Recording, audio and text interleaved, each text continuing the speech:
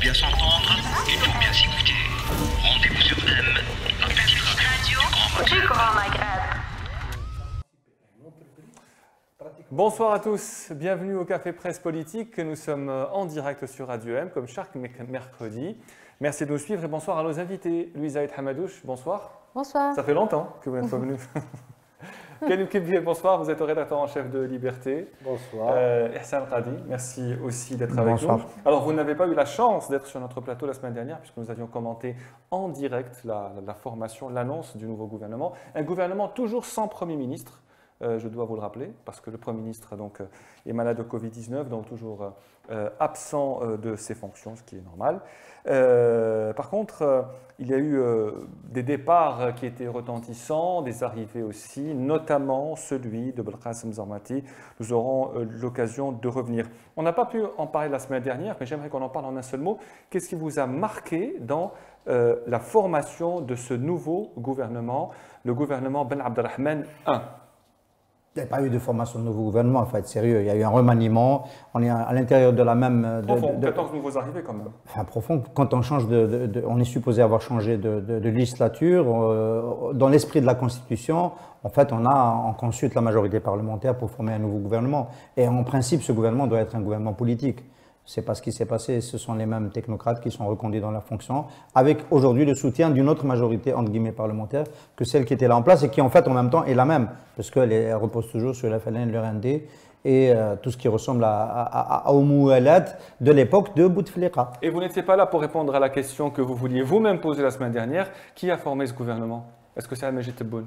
Ça devient un enjeu secondaire de mon point de vue parce que je pense que le compromis et le consensus qui a conduit à la formation du gouvernement de Jarrad et aux équilibres qu'il y avait dedans s'est poursuivi. C'est-à-dire qu'il y a quelques ministres qui ont été choisis par Majid Tebboune. Je sais par exemple qu'à l'époque, Farhat Aitali avait été choisi par Majid Tebboune. Évidemment, il n'y a pas eu d'opposition. Enfin, il doit y avoir quelques autres ministres qui ont été choisis par lui. Et donc, c'est resté comme ça.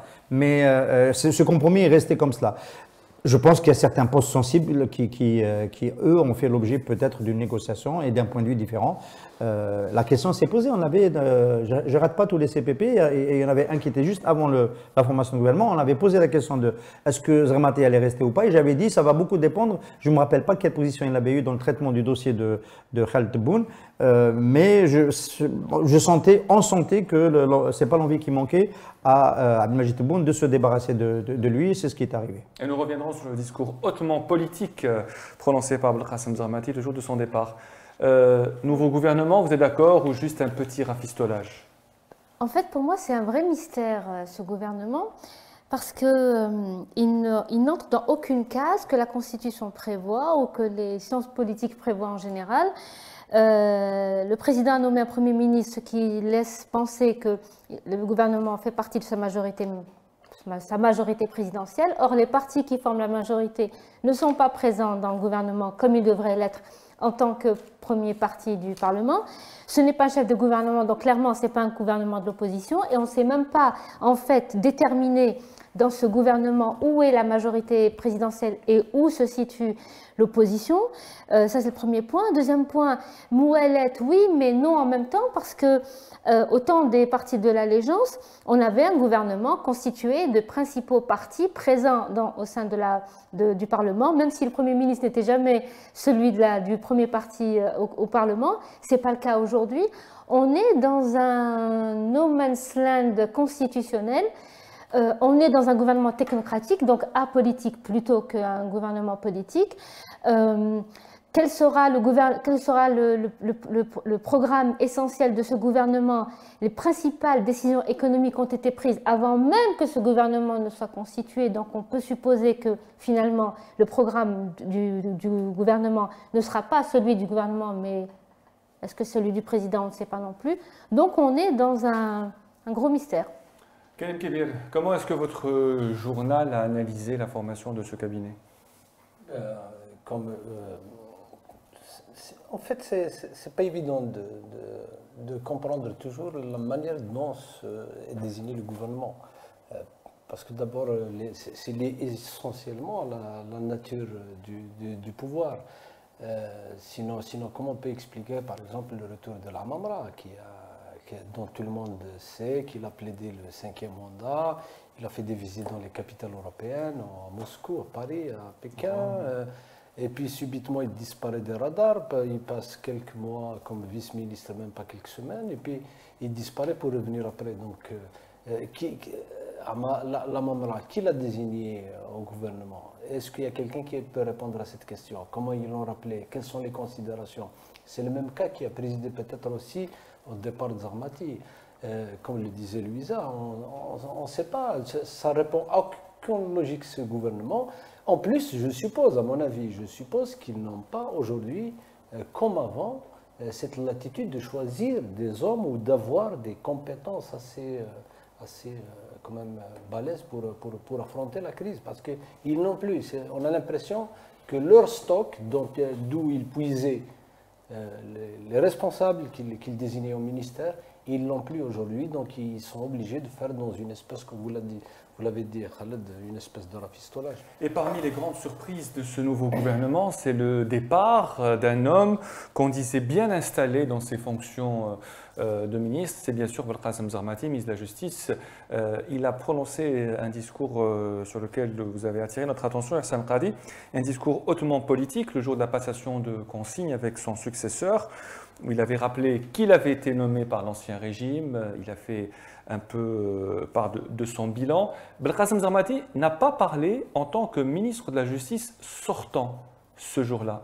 Oui, c'est remarquable. Il a fait une intervention d'un présidentiable et en tout état de cause Belkacem Zarmati, futur président de la République. Il peut être la façade civile d'un courant dans l'armée ou au-delà de la façon dont il a parlé. Il a largement dépassé les prérogatives d'un ministre. Et c'est très intéressant parce que nous, on observe, enfin nous, journalistes et observateurs, on essaie de suivre le moment où, dans la politologie algérienne, il y a toujours un basculement entre le moment fondateur où un président amené par l'ANP s'installe et un moment où il commence à prendre la main et à se détacher de ce moment initial, et ça arrive toujours, ça finit toujours par arriver. Plus la durée du président de ses mandats est longue, plus il finit, et quelqu'un comme Bouteflika, ça m'a été rappelé par l'officier du DRS quand j'étais à Antar, le 3e et 4e mandat, le 2e et 3e mandat, il était plénipotentiaire, il n'a jamais eu autant de pouvoir. Il m'a même dit que Boumediene n'avait pas autant de pouvoir que Bouteflika pendant le 3e et le 2e et le 3e mandat. Le 2e et le 3e mandat. Donc ce mouvement finit toujours par arriver très vite. Chadli arrive collégial, le bureau politique du FLN, 17 membres. Crise printemps berbère. Le bureau politique tombe à 7 membres et il devient le chef, rapidement. Ça s'est passé en 80-81. Zeroual n'a pas réussi à faire la même chose. Quand il a essayé de s'imposer, on lui a fait la paix dans son dos, c'est lui qui est tombé. Bouteflika, c'est le premier mandat, et il y a le FLN qui fait dissidence avec Belflis, et c'est lui qui gagne la présidentielle. Il s'impose. Donc il y a toujours un moment où le président prend la main. Nous, on essaie de voir à partir de quel moment Tebboune peut prendre la main. Il a eu un gros trou d'air au moment où il était malade. Depuis qu'il est revenu, il nous laisse le sentiment qu'il est en train de reprendre la main. Le gouvernement, la façon dont ça s'est fait, les initiatives, etc., ça laisse penser que... prendre la main dans les limites.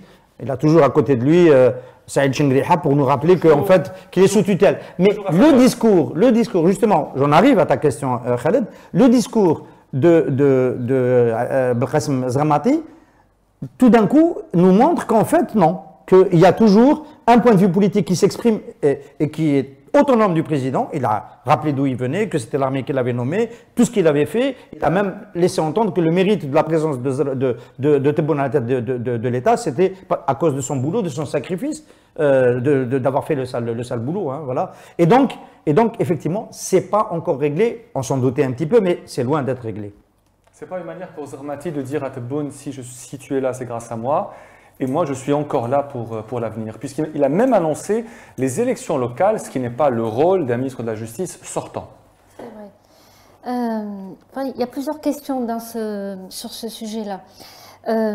Moi, ce qui a attiré mon attention dans le discours, c'est, effectivement, il dresse un bilan très très élogieux de son ministère. Il considère qu'il a quasiment sauvé l'Algérie, puisqu'il parle d'absence d'institutions en 2019, et qu'aujourd'hui l'Algérie est sauvée. Ce qui n'était pas vrai.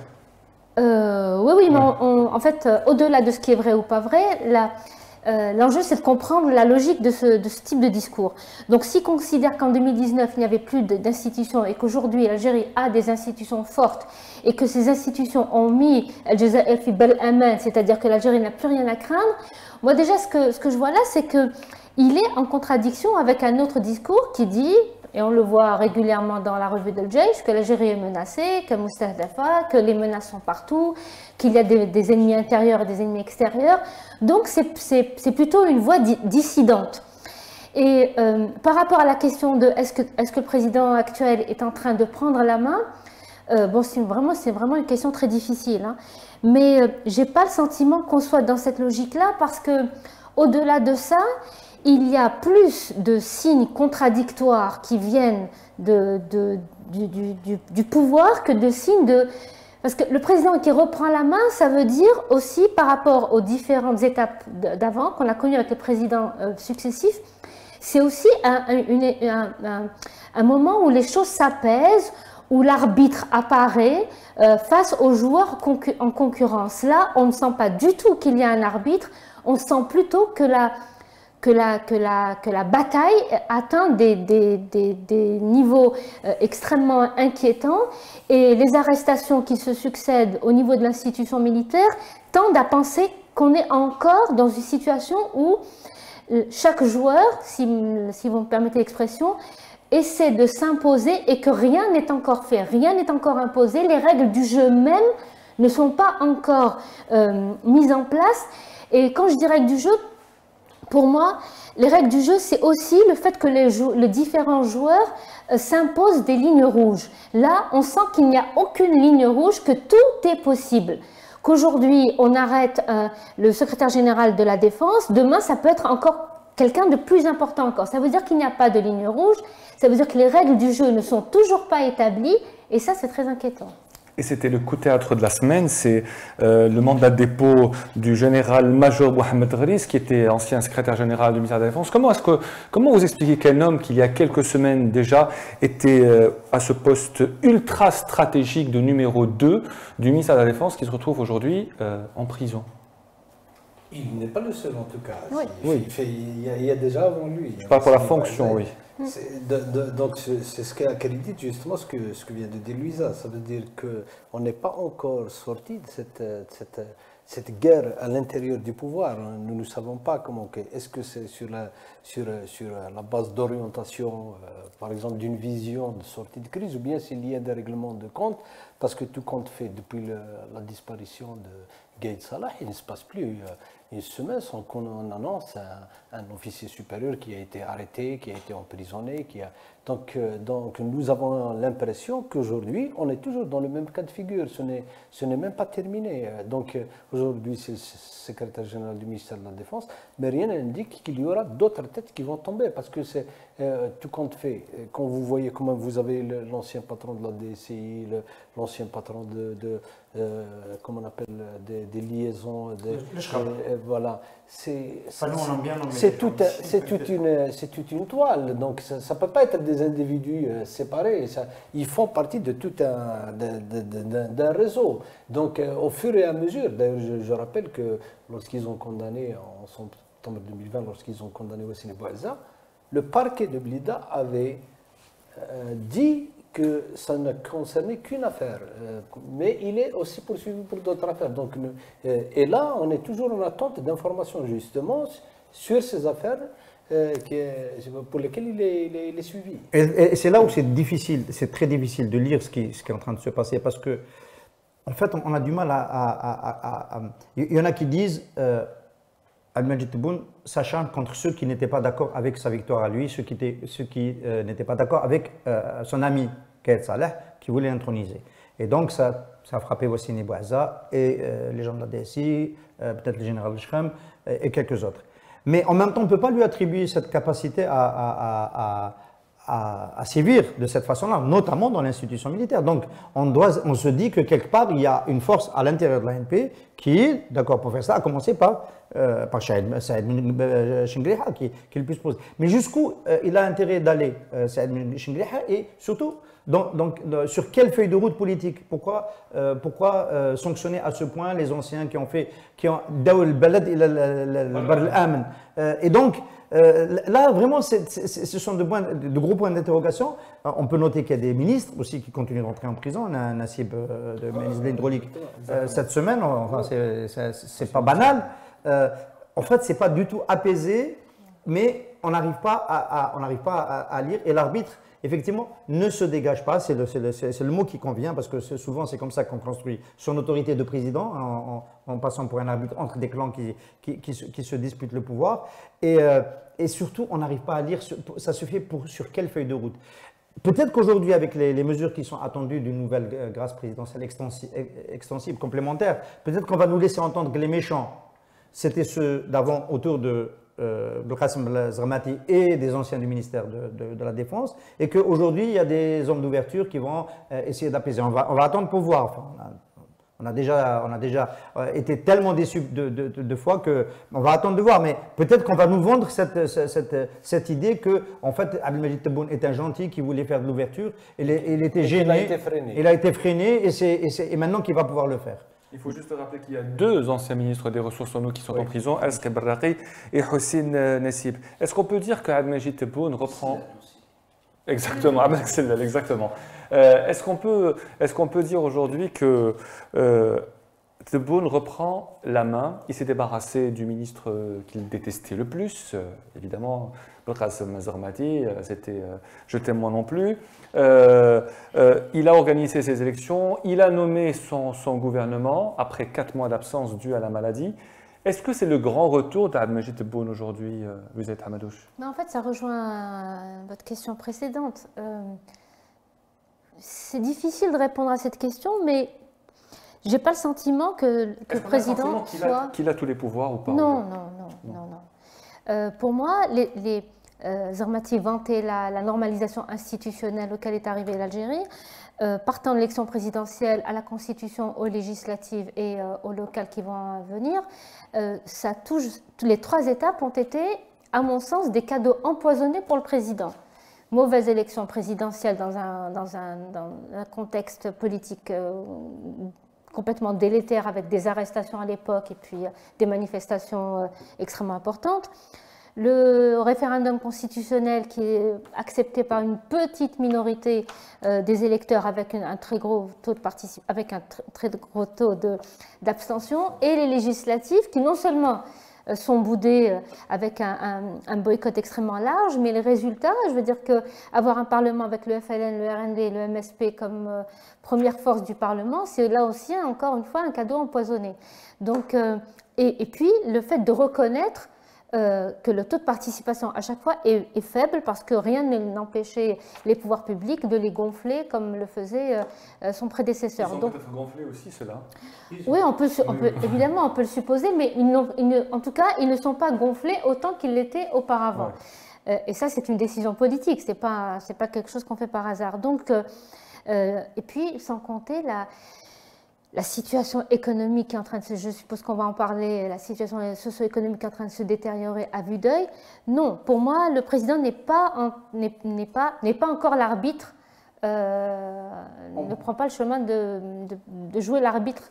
On peut ajouter qu'un président qui est en train d'asseoir son autorité n'a... Je ne sais pas, moi, je vois dans l'affaire de Fethi Harras. Bon, non, on a les retours parce que les avocats sont... le coordinateur du parti MDS. Le coordinateur du parti MDS qui a été arrêté sur la base. Très clairement, quand on regarde le dossier, c'est des propos qui... C'est venu de la présidence. C'est venu de la présidence. Et donc on a le sentiment qu'on est dans un bras de fer où le président veut montrer à tout le monde que s'il y a quelqu'un qui sort du... et qui sortent de la même les réquisitoires pour dissoudre, pour empêcher l'activité de l'UCP et du PST, deux partis du pôle l'alternative démocratique, le PAD, c'est venu de la présidence via le ministère de l'Intérieur, et évidemment ça passe par la DGSN. Donc on a l'impression que la bataille Hadi passe aussi par une affirmation de les têtes qui dépassent, les discours qui peuvent ne pas être tolérés, tolérables, etc., sont sanctionnés de manière c'est pas l'attitude de quelqu'un qui est en train de devenir un arbitre et qui peut donner de la marge et du mou à l'expression politique. Le raidissement dans la répression, c'est aussi un signe extérieur de faiblesse politique, clairement de mon point de vue. Et puis il l'avait dit même au début, le jour de son élection. Si vous vous rappelez bien. De son arrivée au pouvoir. Eh bien oui, il avait le premier discours, il avait dit « Je tends la main au Hirak ». Mais est-ce qu'il l'a fait depuis? Il ne l'a jamais fait. Il l'a jamais pensé. Parce que, en fait, moi je suis de ceux qui pensent que ça ne dépend pas de lui. C'est parce que la stratégie, enfin, leur vision, comment ils avaient l'intention de gérer la situation, ne dépendait pas exclusivement de lui. Et je cite un autre exemple, c'était sa séparation de Karim Younes. Karim Younes, ça fait pas longtemps, même si, bon, il était médiateur, il était contesté par le Hirak, il avait torpillé un peu l'initiative du dialogue, si vous vous rappelez. Mais Karim Younes, la dernière fois, le mérite, il avait décliné une espèce d'une nouvelle feuille de route quand il a appelé qu'il faut aller à l'apaisement, il faut qu'il y ait un dialogue, le lendemain, eh ben, il a été viré. J'ai du mal à croire que c'est Tebboune lui-même qui a décidé de son limogeage à partir du moment que c'est lui qui l'a ramené. On n'est pas d'accord, Clément. Je pense que c'est Tebboune qui est dans le rôle de celui qui va asseoir de manière brutale son autorité. Je ne pense pas que ce soit d'autres... Parce qu'il a besoin de cela. Il ne peut pas cohabiter avec un vrai processus politique. Et la main tendue au Hirak, c'était une enfumade. Un président qui a réellement envie de mettre en place un minimum d'ouverture politique, il alimente un discours, tout comme Zarmati a alimenté un discours de fermeté. Zarmati nous a promis... Et c'est quand même important. Zarmati, il nous a promis, voilà, l'État est toujours là, les institutions, la leçon, il a menacé le peuple algérien. Il a dit al-hal huwa al-habs. Voilà. Et donc, enfin, dans d'autres cas, mais dans ce discours, et là, c'est un discours cohérent.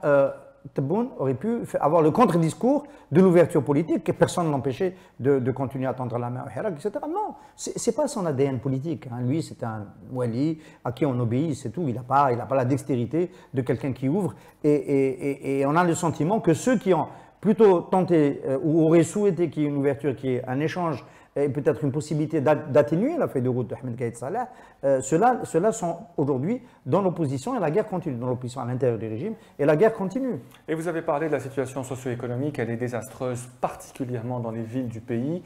Ça gronde depuis quelques semaines, à Ouargla notamment, à Mnia, à Ghardaya hier aussi, à Ain Safra. On a toujours l'impression que c'est toujours la région la plus oubliée du pays et qui se révolte de manière régulière. Que répondez-vous à ceux qui disent hier, notamment sur Twitter concernant Ouargla, que la capitale du pétrole algérien est l'une des villes qui souffre le plus économiquement? Ah, mais ça, c'est pas nouveau, hein, c'est vraiment pas nouveau.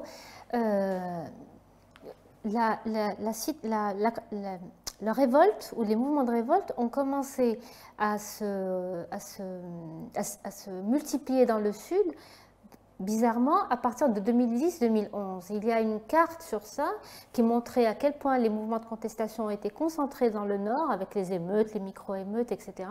Et progressivement, on voit que le sud se réveille. Parce que les disparités deviennent de plus en plus importantes, pas uniquement au nord, mais aussi entre le sud et le nord. Il est clair que depuis des années, on dit que le point faible de l'Algérie, ce n'est ni la Kabylie, ni l'islamisme radical, c'est le sud pour des raisons économiques d'abord et politiques ensuite, sachant que l'économique et le politique ne sont jamais dissociés en vérité. Le sentiment d'être exclu, pas uniquement économiquement, mais cette exclusion, elle prend plein de formes. Aujourd'hui, il est beaucoup moins accepté qu'il ne l'était auparavant par les habitants du Sud qui aujourd'hui sont beaucoup plus jeunes, car ils sont plus cultivés, ils sont ouverts sur les...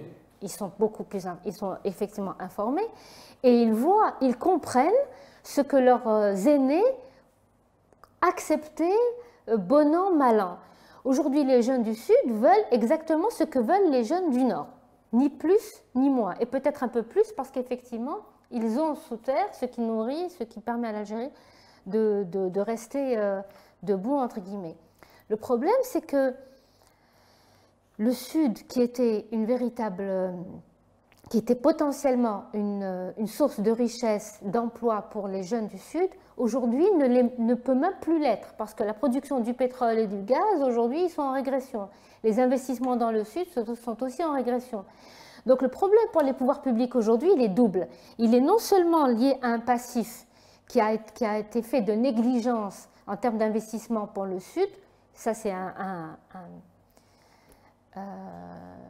une tâche qui restera dans l'histoire de ce pays, mais aujourd'hui, les moyens de corriger ces lacunes ne sont... Il n'est pas sûr que l'Algérie ait encore les moyens de corriger cette lacune. D'où l'inquiétude que suscitent les émeutes aujourd'hui dans le Sud. On a l'habitude de dire que les émeutes dans le Nord, c'est quelque chose qui était habituel. Le Hirak avait mis fin pendant plusieurs mois à ce type d'expression et de contestation. Le Sud aujourd'hui, je veux dire qu'il faut être aveugle et sourd pour ne pas comprendre que ce qui se passe dans le Sud est extrêmement grave. On ne peut pas comparer les émeutes dans les villes aujourd'hui avec ce qui se passe dans le Sud. L'ampleur, ça peut prendre une ampleur, mais dramatique. Pourquoi? Parce que les frontières du Sud, elles sont totalement virtualisées. On ne peut plus considérer que... Et ça, je ne veux pas faire dans l'alarmisme de la revue Tal-Jaish. Hein. Ce n'est pas Jazair Mustahdafa et ce qui se passe en Libye est une menace pour l'Algérie, ce qui se passe au Mali est une menace pour l'Algérie. Ce n'est pas dans un sens sécuritaire que je dis ça. C'est que ce n'est pas par hasard que l'effondrement de la Libye et du Mali ont eu un impact, y compris dans la prise de conscience des populations du Sud. Cette prise de conscience, elle est politisée aujourd'hui, et si on ne lui fournit pas un cadre institutionnel, politique, pacifique, de dialogue, de discussion, de prise en compte, non pas comme le centre qui va venir faire l'aumône au Sud, c'est vraiment pas ça. Il y a un impératif extrêmement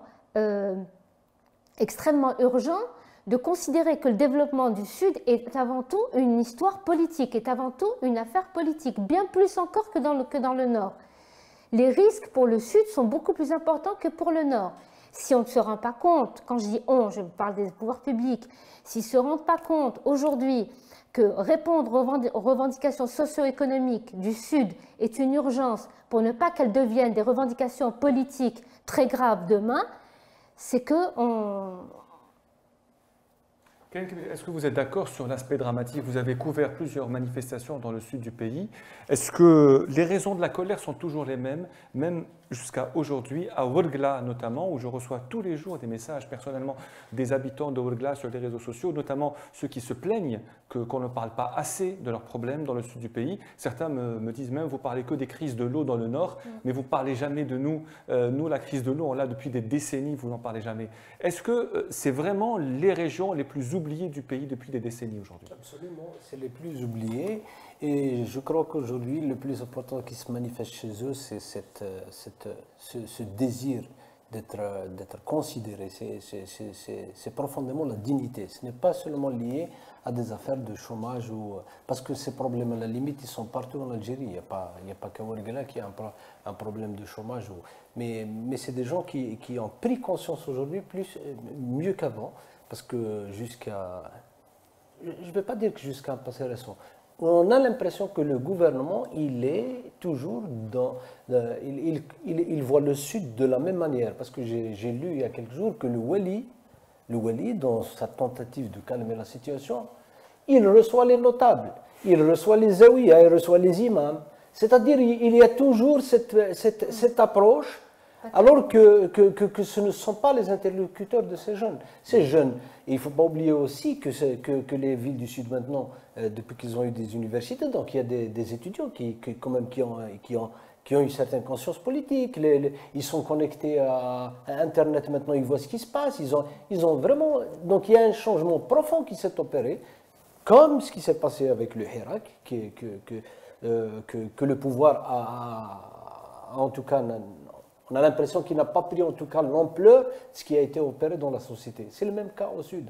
Donc aujourd'hui, c'est beaucoup plus un cri pour qu'ils soient considérés comme des citoyens à part entière. Et lorsque vous vous rappelez qu'il y a quelques mois qu'ils ont fait un nouveau découpage, c'était aussi dans la logique, enfin, de mon point de vue, c'est la logique électoraliste. C'est parce qu'on voyait dans le Sud le seul gisement pour voter. Parce que même nous, on le dit entre nous, hein, on dit toujours, même les statistiques le disent, que les villes du Sud qui votaient le plus. Mais malheureusement, aujourd'hui, non, ils disent que nous aussi, nous sommes des Algériens à part entière, nous avons le droit à notre part de développement. Et c'est à cause d'un article sur le découpage que Rabah Karesh, journaliste et correspondant de Liberté à Tamanrasset, est en prison depuis 3 mois. Yahsan Qadi. Oui, moi je pense que ça a été dit, en fait, la crise du Sud n'est pas tant, de mon point de vue, une crise d'exclusion qu'une crise de développement qui pose des problèmes de la citoyenneté, un peu, avec la particularité du Sud, dans une partie du territoire algérien qui est quand même très grande, qu'il faut différencier, parce qu'entre Ouargla et les grandes villes de la ceinture du nord du Sahara, ce ne sont pas les mêmes problématiques que Borj Badji Mokhtar ou qu'Ain Ghazam où il y a eu un mort, ou que, y compris Djanet qui est devenu chef-lieu de wilaya. Pour moi, ce qui s'est... Pour moi, ce qui s'est passé depuis 2014 dans le Sud préfigurait le Hirak. Ça n'a pas été bien vu. En fait, en quoi est préfiguré le Hirak? On a eu les premières grandes mobilisations citoyennes. Pour moi, le mouvement des chômeurs, c'est un mouvement citoyen pacifique. Le premier mouvement écologique en Algérie a eu lieu à Ain Saleh. Et on a vu les indicateurs d'une société qui a changé. En fait, on ne peut pas reprocher à la période de Bouteflika de ne pas avoir investi dans les infrastructures. C'est ces infrastructures, c'est ces développements. La période Bouteflika. C'est ces développements. Son ministre de l'économie, des finances, il n'y a pas de ministre de l'économie, Ablatif Benachnou, disait à la fin de cette période-là, on a surinvesti dans les infrastructures, il faut réorienter l'investissement vers l'allocation des ressources pour le développement productif. Et donc, je ne peux pas, c'est une question de dosage. Mais on n'a pas vu la transformation de la société, l'émergence de nouvelles élites et l'émergence de nouvelles exigences. Donc au Sud, on ne peut pas continuer à traiter le Sud comme on le traitait auparavant. Et ça reste encore vrai avec les crises d'aujourd'hui. Ce ne sont pas des crises violentes. C'est vrai il y a un volet émeutier qui peut apparaître, mais ce ne sont pas des crises violentes. Et donc, moi, je l'intègre complètement dans la problématique. Le Sud est en avance par rapport au reste de l'Algérie, dans les problèmes qu'il pose, parce qu'il vit ces problèmes-là avec sans doute plus d'acuité, il est en avance. Ça se voit plus vite au Sud, pourquoi? Parce que, en fait, l'État ne sait pas créer du développement, il sait investir dans les infrastructures. Dans le Nord, qu'est-ce qui pallie au fait qu'il ne sache pas créer du développement? C'est la débrouille du privé. En Kabylie, c'est l'immigration qui a pallié au manque de développement. Dans les autres grandes villes, il y a de l'investissement privé, etc., qui va faire en sorte qu'on crée du développement par le marché aussi, parce qu'il ne suffit pas de faire des trémies, d'amener l'eau, l'électricité, il faut qu'il y ait la naissance de marché. Dans le Sud, c'est moins vrai, parce qu'il y a moins de monde qui y vit, et il n'y a pas eu de grands projets structurants. L'État n'a pas eu ce génie, comme au Brésil, avec la création de Brasilia, de faire de grands projets structurants, ou au Nigeria, ou une capitale plus vers le sud, etc. En Égypte, il n'y a pas eu ce leadership politique pour essayer de... Et l'avenir de l'Algérie, c'est le sud. Et aujourd'hui, on se rend compte que si on n'a pas fait ça, en fait, on a privé cette profondeur stratégique de cette possibilité-là. On l'a privé aussi des richesses qu'elle aurait pu capter en échangeant avec les pays riverains. La nouvelle de la semaine, c'est qu'on nous annonce maintenant que la frontière avec le Niger est ouverte et qu'on peut faire du commerce avec le Niger. Le Sud, ça devait être tout le temps comme ça. Ça devait être tout le temps comme ça. On aurait dû pouvoir commercer avec le reste de l'Afrique par la voie terrestre tout le temps pour créer aussi du développement par le marché et pas seulement par la dépense publique. Je rajoute un mot sur ça. Effectivement, en fait, l'ampleur de la crise, elle est amplifiée évidemment. Accentuée, merci Hassan, dans le Sud, en raison des particularités locales. Et effectivement, moi, ce que je voulais dire par rapport à ajouter ce qu'a dit Hassan, c'est que l'un des enjeux essentiels du Sud, ce n'est pas tant de faire en sorte que le Sud de l'Algérie vive comme le Nord de l'Algérie, parce que de toute façon, ce n'est pas possible pour 1001 raisons, mais de faire en sorte que le Sud soit intégré dans un espace plus large que celui de l'Algérie. Au lieu de voir le Mali ou la Libye ou le Niger comme une menace potentielle, les zones frontalières sont doivent impérativement connaître un co-développement. Il n'y a pas d'autre solution que ça. Et effectivement, aujourd'hui, on nous annonce l'ouverture des frontières avec le Niger. Il y a quelques mois ou quelques années, on nous a annoncé un poste frontalier avec la Mauritanie. Mais enfin, c'est des choses qui auraient dû exister depuis toujours. Sachant que dans ces régions-là, l'échange économique existe malgré les pouvoirs publics. C'est le troc, ce sont les trafics de divers et variés. Au point que, on ne le sait pas, le nord du Mali, en fait, est moins pauvre que le sud du Mali.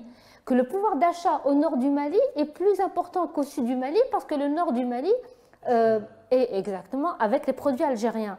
Donc c'est dire à quel point penser le co-développement avec ces pays, penser le co-développement des régions frontalières est une solution non seulement pour la crise économique que l'Algérie connaît, parce qu'il faut arrêter de penser que c'est Alger qui va régler les problèmes économiques de Taman al-Assad, ça c'est impossible, mais c'est aussi une solution pour les pays riverains, parce que de toute façon, l'Algérie ne sera jamais en sécurité si la guerre se poursuit au Mali, si elle se poursuit en Libye, etc. Et c'est le général Mdjahad qui va nous faire changer de stratégie sur ce plan-là, voilà, avec ce qu'il organise à la tête de l'INSEG, financement étranger, des ONG, ramène des charlatans pour en parler. On pourrait l'inviter un jour au CPP. Il est venu déjà à Radio 1, il accompagne Alir Deli, d'ailleurs je suis curieux de savoir qu'est-ce qu'il pense du maintien en détention de Alir Deli, enfin les fidélités en politique. Moi, je préfère ne pas en reparler. Nous sommes le 14 juillet à Sanradi. Il y a 2 mois, jour pour jour, se déroulait la dernière manifestation du Hirak à Alger. C'était le 14 mai 2021. Une manifestation qui a été violemment réprimée, notamment la journaliste Kenza Khato a été arrêtée ce jour-là. Beaucoup d'autres militants, avocats, hommes politiques, Kenza Khato a d'ailleurs été condamné à 3 mois de prison avec sursis. Alors, 2 mois sans manifestation, excepté pour la Kabylie et pour la diaspora. Comment va le Hirak aujourd'hui, puisque vous êtes de plus en plus nombreux à dire que le Hirak, ce n'est pas que les manifestations? Effectivement, ce n'est pas que les manifestations de Hirak. De toutes les façons, il s'est exprimé de façon éclatante lors des élections législatives. Donc je ne vois pas comment décréter... Bon, maintenant, bien évidemment, la répression a joué son rôle parce que il y a le facteur... les Algériens, tout de même, quoi qu'on en dise, ils ont en tête encore le traumatisme des années 90.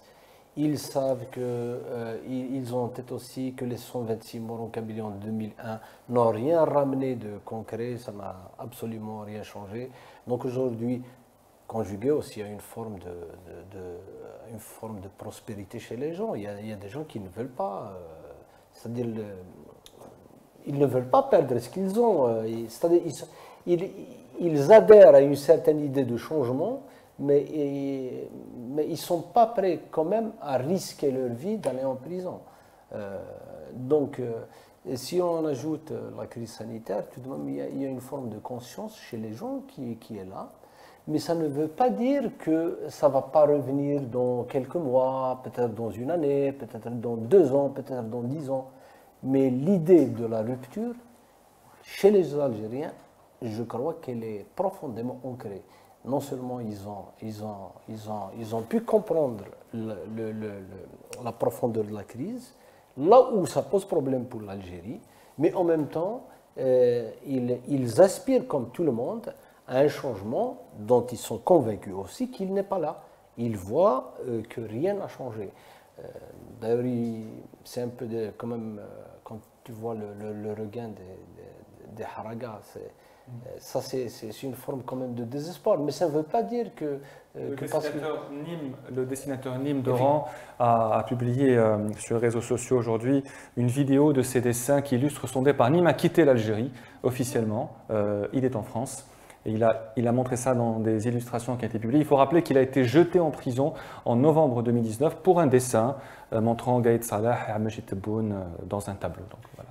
Donc je pense que, personnellement, je pense que c'est une forme de trêve imposée par divers facteurs, mais ça ne veut pas dire que le Hirak est mort. Le Hirak n'est pas mort. C'est vrai, est-ce qu'on peut dire que le Hirak a participé pas en sabotant les élections législatives, mais en faisant en sorte que ce soit un échec total? Moi, je pense qu'on doit attribuer une bonne part à l'étendue de ce boycott à l'esprit du Hirak, c'est évident, c'est une évidence. Moi, j'ai beaucoup apprécié l'une des interventions qui s'est déroulée mercredi dernier, je crois que ça fait une semaine, ouais, c'est pour ça que j'ai raté le café presse politique, au siège du MDS, dans une conférence de presse qui était plus une conférence débat, avec des chefs politiques, des avocats, etc., en solidarité avec les détenus et notamment en solidarité avec Fethi Garras. On était au siège de son parti. Il y a eu un intervenant, je ne me rappelle plus de son nom, qui nous a expliqué, mais vraiment brillamment, c'était saisissant, qu'en fait, on était à un moment qui ressemblait au moment de 1943-45, le manifeste de la liberté et les amis et les AML, et une génération, c'est-à-dire c'est un événement qu'il a appelé un événement générationnel, avec un alignement de planète où un peuple, une large partie d'un peuple, saisit, comprend qu'en fait les choses ne peuvent plus être comme avant. L'idée de l'indépendance s'est ancrée à ce moment-là, parce qu'il y avait la défaite du décolonialisme, on a vu que la France coloniale s'était écroulée, etc. Et donc il s'est passé quelque chose, avec évidemment le travail des élites, le PPR, MTLD en tête, qui avait fait avancer cette idée-là. Il y a eu mai 1945, qui était un revers, un immense revers, un échec, et donc qui a fait reculer le projet indépendantiste pendant un certain temps, mais l'idée s'était ancrée dans la population algérienne. Et une fois qu'elle s'était ancrée, après c'est une question de temps et de circonstances. Il a fait le parallèle avec le moment d'aujourd'hui. Le 22 février, il y a eu un moment générationnel qui fait que les Algériens ne veulent plus en exprimer et sont conscients que les choses ne peuvent plus se passer de la même manière. Après, la façon dont ça se fait, les avancées, les reculs, etc., ça rentre dans une onde longue historique. Et donc, évidemment, les Algériens ne peuvent plus être gouvernés. La preuve, encore une fois, c'est qu'ils refusent d'aller voter, et même pour les locales. Les gens qui pensent que pour les locales, parce qu'il va s'agir de leur gestion quotidienne... On a dit la même chose pour les législatives, les gens vont voter plus que le référendum, et c'était le même échec. Donc évidemment, le Hirak est toujours là, il est puissant, il s'exprime d'ailleurs là où l'État n'a pas les moyens, ou ne veut pas investir. À Paris et à Montréal, il ne peut pas investir dans l'insécurité pour bloquer les manifestants. Mais les Algériens, dès qu'ils ont un espace où ils peuvent le faire, sans risquer d'être mis tout de suite dans un panier à salade et se retrouver chez Zermaté quand il était en poste, ils le font et continuent d'exprimer de la manière qui est la plus partagée. Quand ce n'est pas possible, le déploiement qu'il y a à Alger tous les vendredis, ce n'est pas possible. On est resté une année sans sortir, il n'y a pas de problème. Mais la revendication exprimée par le 22 février, évidemment qu'elle est toujours là. On a besoin d'un nouvel AML en Algérie aujourd'hui. Amis du manifeste et de la liberté, une nouvelle alliance entre les partis, les élites. Parce que beaucoup de gens se plaignent de l'absence des élites aujourd'hui. De plus en plus de personnes... C'est la faute à Louisa Hamadouche, qui est très sectaire et qui ne veut pas travailler avec les autres. Ne veut pas faire travailler les autres ensemble. D'accord, c'est la dernière fois que je parle. Ouais, bon, je vais parler des élites juste après, oui. Mais je ne vais pas être très originale, je suis évidemment d'accord avec ce qui a été dit. Pour moi, l'arrêt des manifestations, il faut quand même rappeler que c'est un arrêt forcé. Et qu'en même temps, d'une part, donc, par le déploiement massif des forces de sécurité. Mais c'est aussi un arrêt dû au fait que les manifestants ont refusé de sortir et d'entrer en confrontation avec les forces de l'ordre. Quand on connaît l'histoire de ce pays et le nombre de confrontations qu'il y a eu entre une population jeune, en colère, frustrée, et la police, on se dit que refuser la confrontation avec les forces de l'ordre est un signe de maturité politique qui est au moins à mettre au crédit du Hirak. Le Hirak a dit depuis le début « Silmiya », et il a maintenu son caractère pacifique. Pour moi, ça, c'est un acquis extrêmement important. Le deuxième, on disait toujours que le fait que la contestation soit aussi forte en Kabylie risquait de stigmatiser la Kabylie et d'aggraver une dissension. Eh bien non. Là, les manifestations continuent en Kabylie et les gens, d'ailleurs, vont manifester en Kabylie quand ils ne se font pas arrêter au retour, évidemment. Mais ça veut dire quoi? Ça veut dire que les craintes qu'on avait depuis longtemps sur le fait que la Kabylie était une exception négative, parce qu'elle se distinguait du reste du pays, non. Aujourd'hui, grâce à la répression qui s'est abattue sur le reste du pays, la Kabylie aujourd'hui est le symbole positif de la contestation politique et pacifique. Ça, c'est important. Maintenant, ce qui se passe, Pourquoi est-ce que le Hirak n'est pas mort? Parce que d'abord, le Hirak, ce ne sont pas que des manifestations, mais plus important encore, aujourd'hui, nous sommes dans une phase dans laquelle la dissension, la dissidence, la rupture entre les pouvoirs publics et la population est abyssale. Aujourd'hui, on voit mal comment on peut revenir en arrière. Et moi, il y a une image, aujourd'hui, vous ne faites plus l'image de la semaine, mais il y a une image qui m'a vraiment frappée cette semaine, c'est lorsque des responsables de très haut niveau sont allés à Khenchela pour examiner la situation et qu'on a vu que des ministres étaient obligés de se déplacer avec un cortège. Mais moi, ça m'a choquée. De policiers et de gendarmes armés, suréquipés, surprotégés face à une population qui leur disait dégage. C'est une image qui doit interpeller, enfin c'est pas un conseil que je leur donne, mais en arriver là, mais c'est dramatique. Le fait qu'un ministre ne puisse pas se déplacer dans une wilaya qui vient de connaître des incendies monstrueux. Un incendie, c'est quelque chose qui arrive dans tous les pays du monde. Le président ne s'est déplacé dans aucune ville depuis son arrivée au pouvoir. Bien sûr. Oui.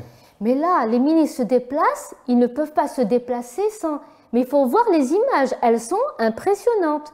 On ne voit ça que dans des pays colonisés. C'est terrible.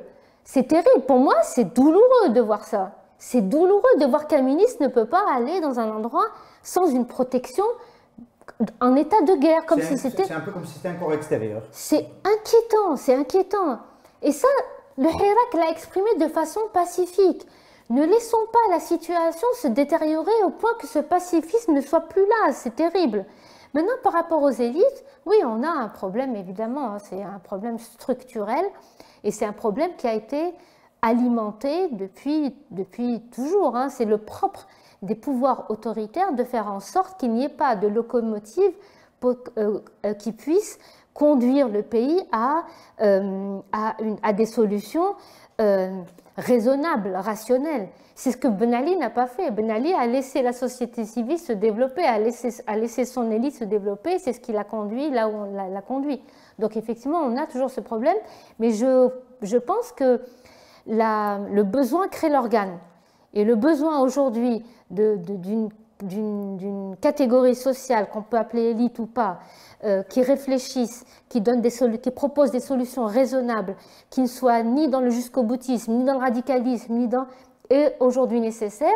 Et je pense que la conscience qui est apparue aujourd'hui dans le Hirak ne peut que déboucher sur ce type d'élite. Qu'il y ait en face, c'est-à-dire qu'on ait un pouvoir qui prend la mesure et la profondeur de la crise et qu'il réalise que sa feuille de route, c'est une impasse totale.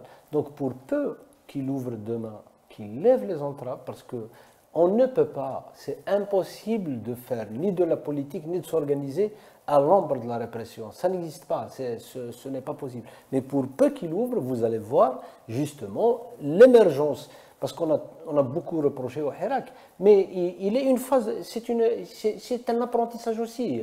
En 2 ans, c'est un apprentissage. Donc il y a une évolution. Même le Hirak, si vous vous rappelez, pendant la période du Covid, il y avait des débats, il y avait des polémiques, il y avait des trucs. Mais tout ça, il faut le prendre du bon côté. C'est-à-dire, c'est pour faire évoluer le débat, c'est pour poser les bonnes questions, c'est pour chercher les bonnes réponses, et tout ça, ça avance. Mais pour peu que demain, il y a une volonté d'ouvrir, d'apaisement, et qu'on ouvre par exemple les espaces de débat, vous allez voir qu'il y aura une élite qui va émerger, des gens qui vont adhérer aux bonnes idées, et le Hirak peut sortir avec des merveilles. La fonction fait l'organe. Le besoin fait l'organe, c'est bien de rappeler que la répression a beaucoup fédéré le Hirak depuis 2019. Aujourd'hui, si la répression s'attaque aujourd'hui au réseau de soutien aux détenus humanitaires, c'est parce que, c'est inhumain de faire cela, mais c'est parce que réellement c'était un vecteur on va dire de réseautage qui, au fil du chemin, ne s'est pas arrêté à cela, parce qu'il y a toujours le besoin aussi de prolonger politiquement les revendications du Hirak. Parce que soutenir des détenus, donner un mandat à leur famille ou amener le couffin, les aider, etc., c'est une lutte défensive. Ou sortir avec les panneaux c'est une lutte défensive, évidemment, qui nous éloigne un petit peu des grandes ambitions de changement qu'a porté le mouvement populaire.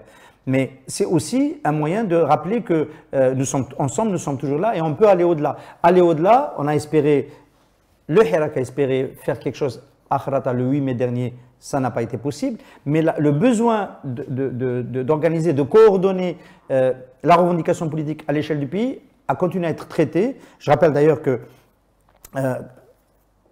Fethi Ghras a été arrêté dans une semaine où il devait y avoir une réunion semi-public, parce qu'il n'y avait pas la presse qui était conviée, de toutes les factions de Hirak, dans la société civile, dans les syndicats, dans les collectifs de soutien des ligues des droits de l'homme et les partis politiques. Autant d'entités qui ne s'étaient pas toujours retrouvées en même temps. On peut rappeler que le PADERES NIDA 22 n'a pas amené les partis politiques à lui, et qu'il y a eu d'autres initiatives qui étaient plus Hirak et moins partis politiques, et tout le monde ne s'est pas retrouvé. Là, c'est peut-être en train de se faire, et donc la revendication, le besoin de la créer, de donner du sens politique à l'action, elle devient encore plus forte quand il n'y a plus les marches depuis 2 mois, comme Khaled a bien voulu nous le rappeler au début de cette question. Merci beaucoup Hassan Radi d'être venu. Vous êtes le directeur d'Interface Média et de Radio M. Kerim Kibir, merci. Vous êtes le rédacteur en chef de Liberté. Merci Louisette Hamadou. Je rappelle que vous êtes professeur à la faculté de sciences politiques d'Alger. Merci à vous de votre fidélité. Vous avez été nombreux à nous signaler des coupures fréquentes sur le live. J'espère que cela va s'améliorer dans les semaines à venir. Je rappelle évidemment que notre confrère, le journaliste Rabah Karesh, est en prison depuis 87 jours à Tamanrasset, et aussi notre solidarité comme chaque semaine avec nos 2 confrères marocains, Omar Radi et Slimane Raissouni, emprisonnés depuis près d'1 an et en grève de la faim depuis près de 60 jours. Merci pour votre fidélité et à mercredi prochain. Pour bien s'entendre et pour bien s'écouter, rendez-vous sur M, la petite radio du Grand Maghreb.